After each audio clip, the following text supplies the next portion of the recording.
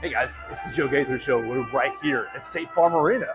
Hope you guys are having a great Friday today. I'm having a great Friday. We're right here live for BamaCentral at BamaCentral.com. You're watching the Joe Gaither Show on YouTube, on Facebook, and on Twitter. You're listening to us on Spotify, Apple Podcasts, or on Amazon. We're gonna have a lot of fun today. We're gonna have a little bit of fun, a little bit of an interesting show, talking to whoever we can find here at the Final Four. We're here at State Farm Arena. We already talked to Nate Oates. We talked to Mark Shears, Rylan Griffin, and the like. And we're going to see who else we can find as it's a historic weekend here at the Final Four. As always, you can follow us at Joe Gaither6. You can send me your questions, comments, and queries and complaints right there. Follow the show on Twitter, Facebook, and YouTube. You can listen to us on Spotify, Apple Podcasts, and on Amazon. Let's see who we run into and see if we can have a good show today as Alabama is getting ready to play the Final Four against the UConn Huskies. All right, we're back here at State Farm Arena. It's the Joe Gaither Show at BamaCentral at BamaCentral.com, and we are watching the defending national champions. The unbeatable machine of UConn is out here. Donovan Clingan out here with Kels Dayton from the Hartford Courant. And this is all bad for him. I'm all new. This is all new for me, and I'm overwhelmed. But you're the old veteran. What is the key? How has UConn maintained its edge all season long? Over 30 wins and really multiple double-digit tournament wins. They look unbeatable. How have they maintained the edge to come out each and every game as the disrespected? Yeah, I think it all starts with Dan Hurley. I think he finds ways to say that they're disrespected and find slights.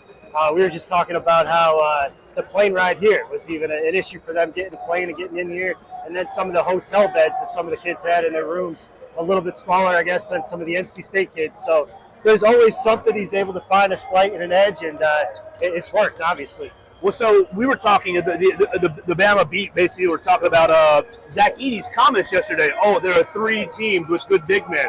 And we said, we know that Dan Hurley is going to go to Donovan Clingan and said, you got left out. You are not on his list. What is it about him that makes him the master motivator? You talked about the slights, but he really is able to convince these guys. They look unbeatable, but these guys feel like maybe they're the underdog. Yeah, I know. It's amazing, isn't it? Coming in here 30, whatever they are, and 3. And yeah, I think it probably all goes back to his father, Bob Hurley, coaching, and a lot of those old tricks and tactics that he used to motivate his players. I think there's a lot of that stuff that has been passed down. But I think it's just his personality, too. He's so fiery. He's so passionate. He loves the game so much. I think he's just looking for any edge he could possibly get, and it shows, obviously. Okay, so there's a really interesting connection with Dan Hurley and Nate Oates. Basically, Dan Hurley gave him the olive branch into college coaching. And so without that olive branch, maybe you don't – Alabama, goodness gracious, was floundering without him, losing in the first round of the NIT at home before they hired Nate Oates. So what do you think – I walking into the week was thinking, okay, Nate Oates has a little Dan Hurley file in his mind. Do you think that might be the case, or what do you think the relationship between the coaches, how do you think that involves or impacts the game? Yeah, I think that's a great question. I think, honestly, going back to Buffalo when they're both on the staff there, I think there's got to be a bunch of things that he's known from what Hurley used to do back then and some of his tendencies and things that he likes. I think it's got to be kind of tough. Maybe it makes it a little bit more of a closer matchup than it otherwise would have been because he knows more about what Dan likes to do, and so I think there is something there that maybe can be exploited a little bit. We're talking to Kels Dayton of the Hartford Courant right here on the Joe Gaither Show, and we're watching the defending national champions. Okay, from the Alabama side, you've been talking all week, all right, if you ramp up the pace, that's what's going to take UConn out. How will the pace really affect the UConn Huskies? Yeah, to be honest with you, I'm not sure that's the strategy that's going to work. Honestly, I think UConn loves to run up and down the court as well. I think they like to get out in transition. I know Alabama, they can score with the best of them. They have this year in college basketball, but I'm not sure if that's the strategy that's going to work. They just have so many different guys who can beat you.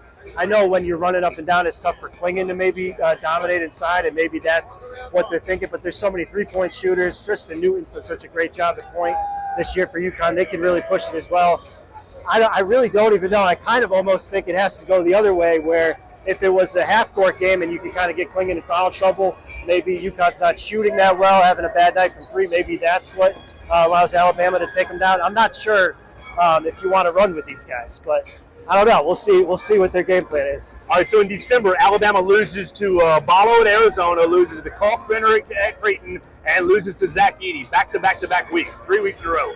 What makes Clingan so special? I mean, he's in that class. He might be the head of that class. What makes him so special? Yeah, that's kind of amazing because coming into the year, you wouldn't have thought that. I think you look at Clingan, like he was a backup last year to Adama Sanogo, and I think he's just improved so much over the year. I think even in the tournament, he's playing his best basketball right now in the NCAA tournament, and I think it really is just his size and fluidity and his athleticism, ability to move laterally. I think I've compared him and Edey a bunch, and I think that's kind of the difference between those two guys, especially when you talk about NBA draft prospects as well. So I just think he just keeps getting better. He's got the post moves of a traditional big, but he can come out and play around the perimeter, make passes, good looks. I think he just has all the skill set that you would want in a college big today. So it's WrestleMania weekend, and every time I see Donovan Clingan, I think of Gunther, the Intercontinental Champion right now that cannot be beaten based off storylines. He just looks, I mean, here he is popping threes so casually, like he's unbeatable. What do you think of Castle, the point guard, his impact on the game? Because we got to see a couple of minutes of practice on Tuesday before the team went out. And it seemed like Coach Oates might be playing around with the idea of taking the North Carolina game plan, sagging off Castle, seeing if he wants to shoot. What do you think? I mean, he's obviously a lottery pick. He's obviously very well thought of, but he's not shot from three very well this year. How do you think you can impact the game if he's left alone? Yeah, I think that is actually a good idea for him. I think that's probably the way to guard him because you don't want him to get him downhill and attacking the basket. So I think that is a good idea, and maybe packing the paint as much as you possibly can as well. Anything you can do against those guys. I think you're right. Like Alabama or UConn has to have an off shooting night, I think, for Alabama to compete. But it'll be interesting to see how they match up and defend it. It's been a lot of fun already for me this morning.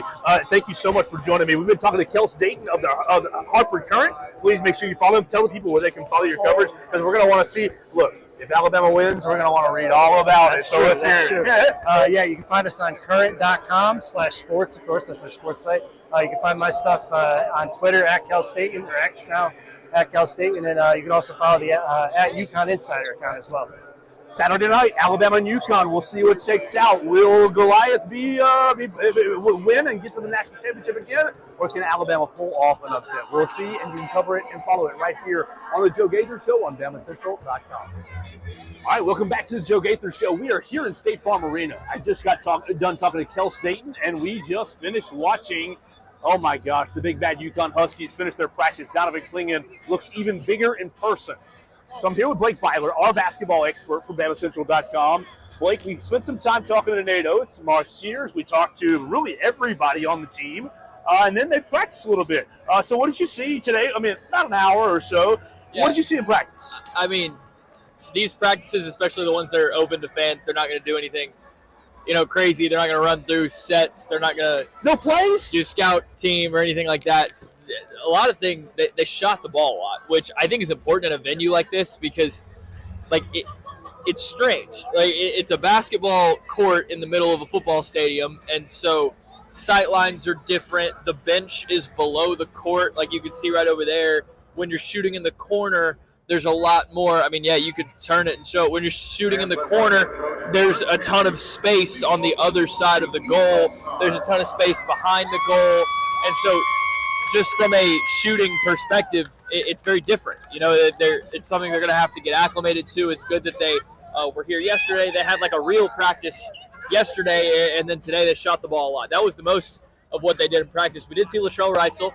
John Rothstein of CBS Sports did confirm that Reitzel will be available to play tomorrow, so that's big. I mean, he looked about as comfortable as he could out there. He shot the ball well.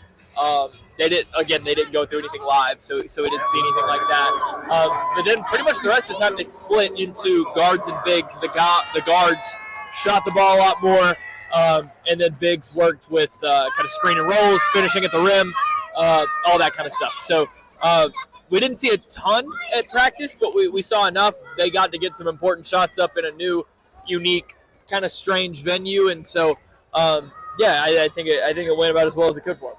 All right, so this is my first Final Four. I've never seen a basketball floor in the middle of a football stadium, an NFL stadium at that. You talk about the sidelines. You're a shooter. You're a basketball coach.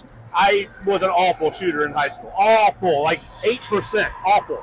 What does the sightlines really do? You hit on the space. The roof is even bigger. I mean, it's just so different. What's the easiest way, or what's the best way to get comfortable?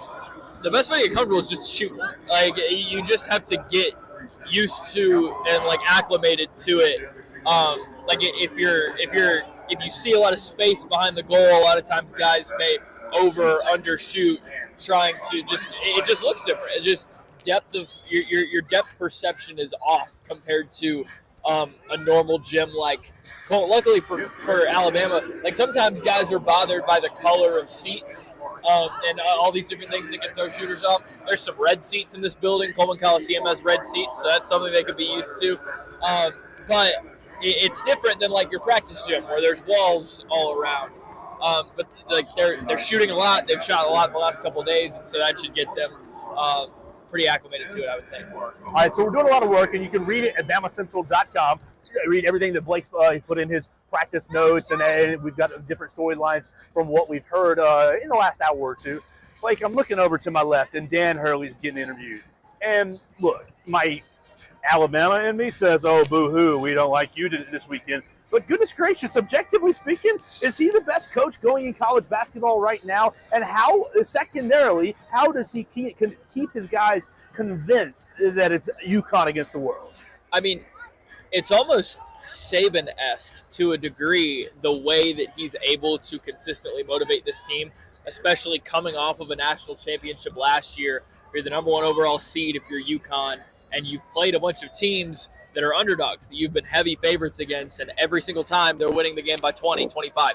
So it feels almost like Alabama did early under Nick Saban whenever they would come off of a national championship and still be dominant, and they wouldn't have any complacency. So as from a motivation standpoint, Dan Hurley is one of the best there is in college basketball, and also just from a coaching perspective. I mean, he's the face of this new wave of college basketball coaches, and he's on the young side for coaching. I think he's early 50s, and so he's going to be around for a really long time. And this, like the wave that I grew up with of like Coach K, Roy Williams, Jim Boeheim, Jay Wright have all kind of phased out of the game. And now you look at the future of the game, and Dan Hurley is right there, already has a national championship. He's right here chasing another 2 Final Fours in 2 years. Like, he is, if not the best college basketball coach in the country right now, he's one of them, and he's going to be for a really long time. We're talking to Blake Byler, and you're already following him on Twitter or X at Blake Byler45. Giving you all kinds of great Alabama basketball coverage and much more. All right, there's been a lot made, look, in football with Nick Saban. It's Nick Saban against his former assistants, Lane Kiffin, Kirby Smart, his whole big coaching tree. Nate and Dan Hurley Dan Hurley never worked for Nate, and Nate was on staff at Buffalo, so he's not really in the tree per se, but there are similarities here. People always make it about Saban and his assistants those weeks of the game. Is there going to be any sort of familiarity factor, or I'm going to get my friend to do this so that I can trick him and do that? Is there going to be some strategic advantage for one side or the other because they know each other so well?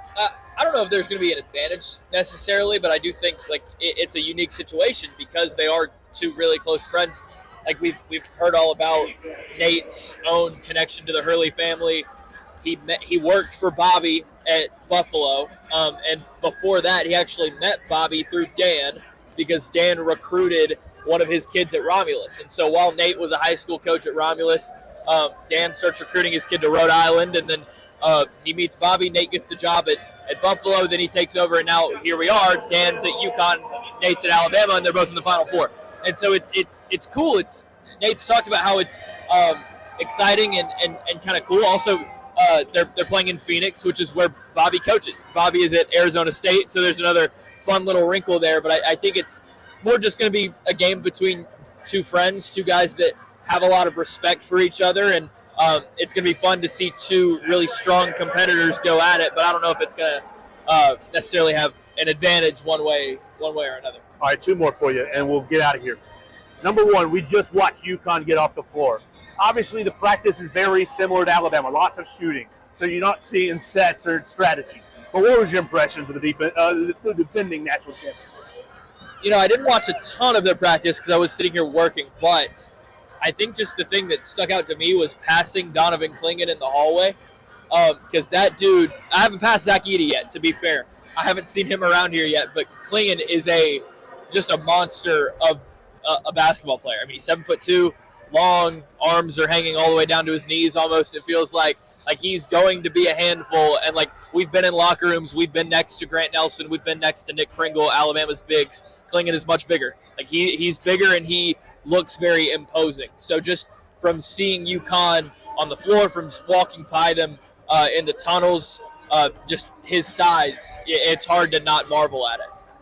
Last thing for us, as we're still sitting here at State Farm Arena, college all-star game getting ready to get started, but this is just exhibition. Blake, we're not going to have you on tomorrow, so what do you think's going to happen? I think Alabama can compete with UConn. I think they are capable. I think they have the weapons as far as shooting goes, as far as offensive capabilities to compete. It's going to take a lot, though, because Clingan is a handful inside. Alabama has struggled with interior defense for a lot of this season. They're going to have to make a lot of threes, and they're going to, honestly, Grant Nelson's probably going to have to hit a couple threes to pull Clingan out of the paint and make things a little easier for Alabama's guards getting downhill. If that happens, I can see Alabama in the game. And if Alabama's in the game late, UConn hasn't played in a close game really in 2 straight NCAA tournaments. They've kind of blown out everybody they've played. Alabama's been in a close game every game after the first round this year. So I trust Alabama to be able to execute in a late game situation. Just the question is, do they get there? I think UConn is going to win by 8 to 10. I just think they're too good. I think they're going to overpower Alabama, but I could be wrong. I was wrong about North Carolina on your show just 2 weeks ago, or just a week ago. So was I. It's okay. You were alone. Yeah, so I could also see a world where Alabama makes 23s and is right there in it at the under 4, and we've got a 3-point ball game. I could see that. But I think if I had to pick, I would go with UConn. I would go with the defending champs to get back to the championship game. 5 times in the Nate Oates era has Alabama made 20 or more threes. Yep. If they can make it a 6, it makes Saturday night a very interesting game. It would be very interesting. You're going to follow Blake Byler at Blake Byler 45. You're going to follow him for 2 reasons. 1, win or lose. Or win, you're going to follow him for Monday night coverage. Lose, you're going to follow him for what happens to this roster after Saturday night, because that brings lots of questions in and of itself. Blake, I appreciate your time. We're going to have a fun weekend, man. It's going to be a blast. Follow him at Blake Byler 45, and make sure you read all his great work at BamaCentral.com. All right, we're back here on the Joe Gaither Show on Bama Central with, is it the lead beat writer ever on Alabama's beat, Charlie Potter? Oh my gosh, you're already following Charlie Potter at Charlie_Potter on X or Twitter. Right there, writing for Bama Online and On 3, literally writing football, basketball, and everything else. Charlie, what's your experience? I mean, you've covered lots of Alabama football in the finals and in championship games. What's this mean to you to be covering basketball in a Final Four? It's crazy. I don't think a lot of people envisioned this 2 weeks ago, 3 weeks ago. But no, I've watched some bad basketball in my time. I've covered basketball since 2012. So to be here is a surreal moment. It does feel a lot like the college football playoff, like you're saying, the magnitude, just the way the event's set up. But it's been pretty cool so far, and I'm looking forward to tomorrow. All right, so you've got a lot of the Alabama contingent saying, okay, pulling off a miracle. What's your objective? Is there any way that Alabama can get this done and advance to Monday night's national championship game? I think they can. It's going to take a perfect game. They're going to have to play like they did defensively against Grand Canyon. They're going to need to play offensively like they did in the second half against Clemson. But I think the players they're motivated. They're confident. Hearing from guys like Grant Nelson, Mark Sears, they're excited to be here. They're happy to be at a Final Four, to bring Alabama their first Final Four, but they want to play and win a national championship. So I think that the players are motivated. Now, it's easy to say that right now, but I think they kind of feel slighted. They feel the motivation because everybody's talking about UConn, deservedly so. But I think that Alabama has a shot. They're just going to have to play one of their best games, if not their best game of the season. Zach Edey said it yesterday. There are 3 good big men in the Final Four. You talk about the slight there. Really, what is Alabama's? How do they go about defending Donovan Clingan without one of those big men? It's going to be tough. I mean, I get what he's saying, but Alabama's played pretty well these last 2 games against pretty good big men. Baycott's really great at North Carolina. You have P.J. Hall, who gave Alabama problems earlier in the season. Clingan's a little bit of a different animal. He's a big dude. He's not quite as big as Edey, but really big. And they're going to have to play a really good game. Guys like Pringle, Grant, Mowage, if he gets in the game, they're going to have to stay out of foul trouble. They're going to have to make it to where he's just not clogging up the lane. And so it's easier said than done. It's a tough task, but it's a tall task too, literally. But I do think that it sounds like they have a good game plan. They're pretty confident in that one. You talk about the game plan, and we saw a little bit of it on Tuesday in open practice. I think that it's as good a game plan as they can get. Alabama has seemed to roll out a bunch of good game plans. What is it about Nate Oates and the staff? I mean, we're seeing Clonch is going to be taking a head coaching position, and Ryan Pannone is a finalist for another head coaching position. This staff just seems to, no matter who the opponent is, we're going to have a good plan, and if the guys execute, they'll be in the game at the end of the game. Yeah, I mean, I think you see the analytic approach that Oates and his staff take. That's unquestioned. But I do think like having former head coaches, whether it's Clonch at Nicholls State or what a guy like Ryan Pannone's done in the NBA, the G League, all those levels, those guys are prepared. And they watch a ton of film. I don't know if anybody watches more film than Ryan Pannone. So they have had a little bit more time to look at this UConn team. Again, the players, the coaches, they seem confident, they seem loose. I think the plan they have in place, which we don't know, why would we? But I think that it's seemingly a good one. We'll see, like you said, it's up to the players to execute it. All right, so Alabama has hit 19 threes twice this year, 19 of 46 against Purdue and 19 a little bit later a week later against Eastern Kentucky. Can they get up to 20? Only 5 times in the Nate Oates era have they gone 20 or more. The sight lines were my discussion with Blake Byler, the football stadium sight lines.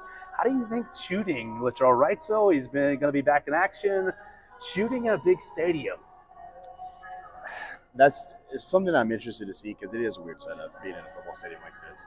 But you're looking at a situation where I don't know if Alabama, the volume has to be there. I agree. If they were to come out and hit 23s, I think you have to feel really good about their chances. I think that it's the quality and then the percentage. If they shoot over 40% from 3, I think you have to feel pretty good about where things stand. So it's going to be tough because UConn, as good as they are offensively, they're equally as good on the defensive end of the floor, especially on the perimeter. So for me, I think it's quality more than quantity. But Alabama's going to do both, I think. Just a couple more minutes with Charlie Potter, and you're already following him at Charlie_Potter on the X or Twitter machine.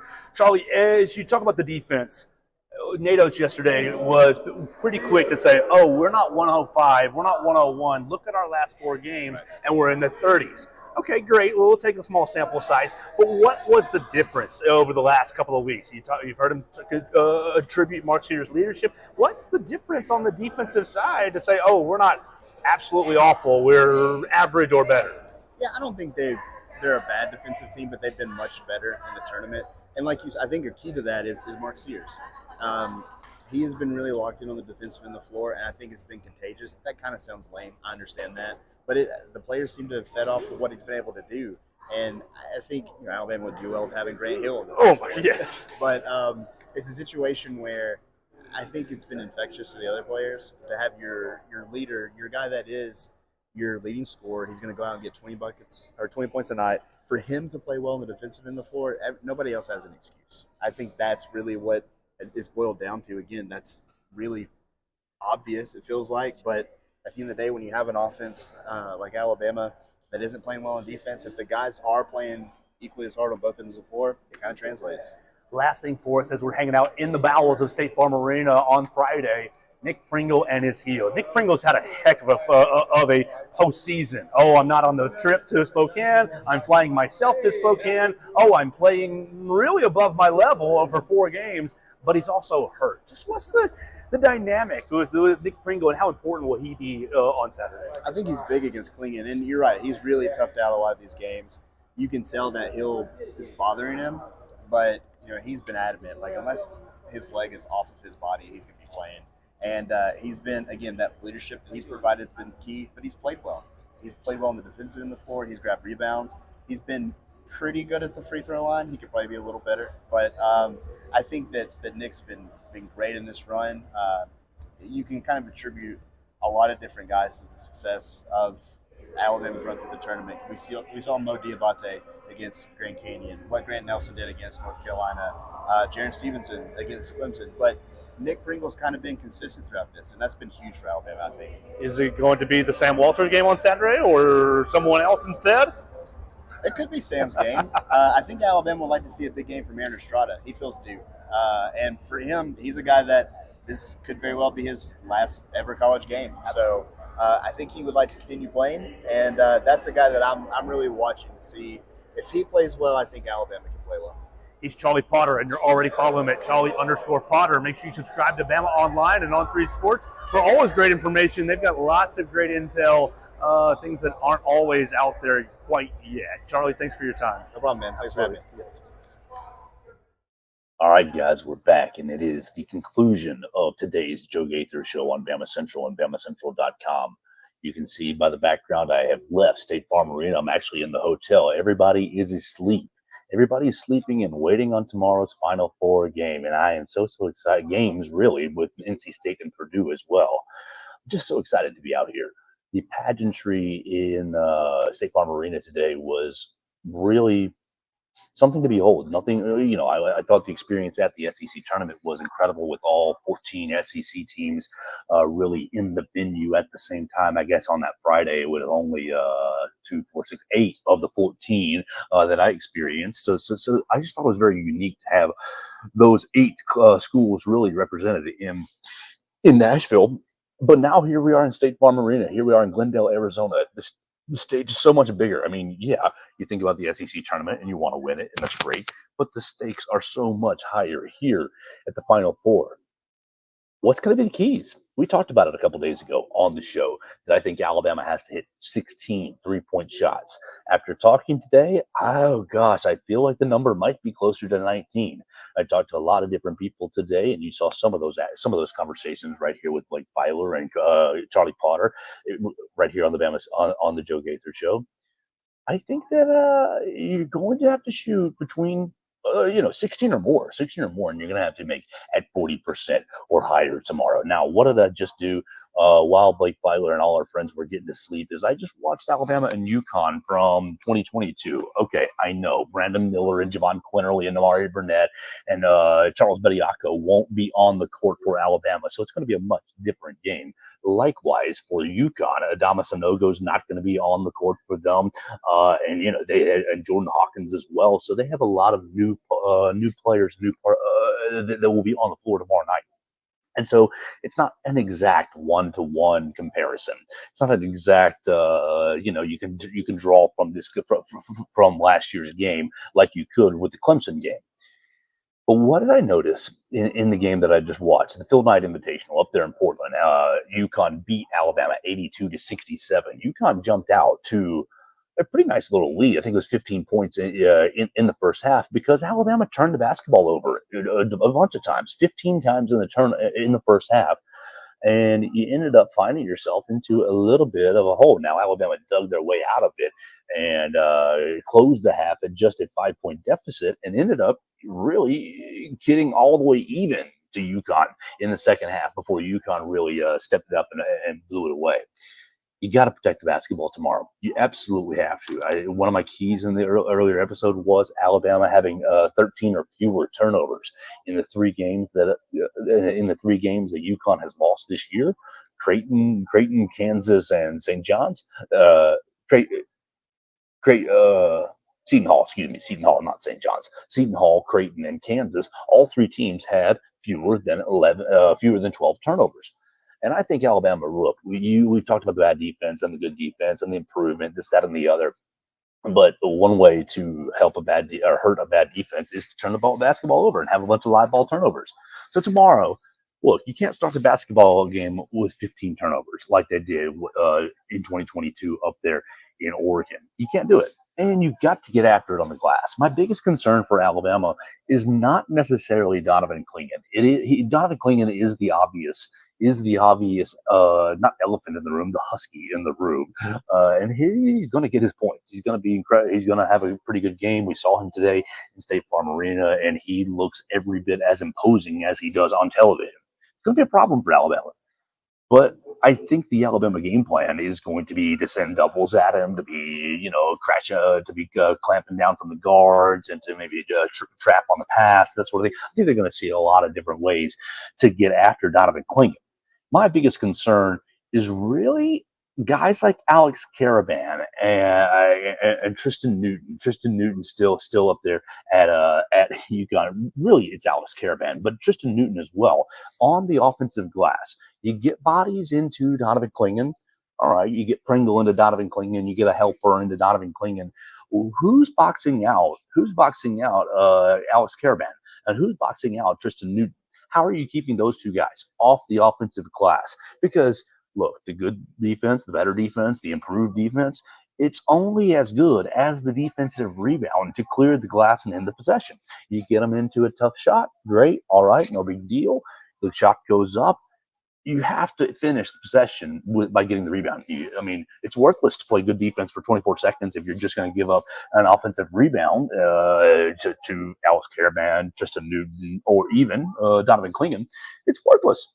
And so tomorrow, those are kind of my biggest things that I'm looking for. Not necessarily the shot making. I know we started with that, but protecting the basketball and generating shots on every possession. You cannot have empty possessions against the UConn Huskies. And I think that's going to be the quickest way to ensure that you don't have any empty possessions. Protect the basketball. The other big thing that I noticed in the game, and while, Adama Sanogo is not going to be out there for UConn blocked a lot of shots in that November game. You look at the stat sheet, and it tells you 7 blocked shots for UConn in that game. But I think that's low. I think that whoever was keeping the official statistics, that's low. So you had a lot of guys driving into Adama Sanogo and driving into Donovan Clingan and driving into the Tristan Newtons and Alex Caravans last year. And obviously, Javon Quinterly was, he got to the rim fairly well, but we all remember that finishing wasn't always, we love the pretty finger roll and the jelly roll, but finishing wasn't always his best suit. It was early in the year. It was late November, so it was one of the bigger early games of the year for Alabama. One of the first big opponents for the Crimson Tide. You can't be afraid tomorrow. You can't be afraid. Mark Sears, he's 6'1". He might be 5'11". He's probably 66 even. You're going to have to get Mark, whatever. He's very crafty. You're going to have to get shots up, and you're going to have to get past the shot blockers. And if it's and if you are getting shots blocked, you're going to have to adjust quickly to kick out to the 3-point line. And really, most importantly for Alabama, oh my gosh, can Grant Nelson. If Grant Nelson gets out there and makes 1 or 2 early 3-point shots, you draw Donovan Clingan away from the post a little bit. You open up the driving lanes, and boom, Mark Sears is getting downhill right to the goal and finishing with the left hand and kicking out to Aaron Estrada and kicking out to really a bunch of great shooters. I think that is the biggest key offensively for Alabama. Grant Nelson, can you tap into whatever you found in the North Carolina game and make a couple early threes to really affect Donovan Clingan? Look, Alabama has their work cut out for them. 7:49 on TBS. You'll be able to follow it right here at BamaCentral and BamaCentral.com. Myself, Katie Wyndham, and Blake Byler will be sitting right there courtside. It was a beautiful facility today. It was really exciting to hear from Nate Oates, getting Alabama into this position for the first time in school history. But we'll see how they can maybe capture the moment and hope, and ideally, for the Alabama perspective, not be happy to be there and be hungry to finish the drill. My thoughts go to Kobe Bryant. Oh, Kobe, you're smiling. You're not smiling. What's wrong?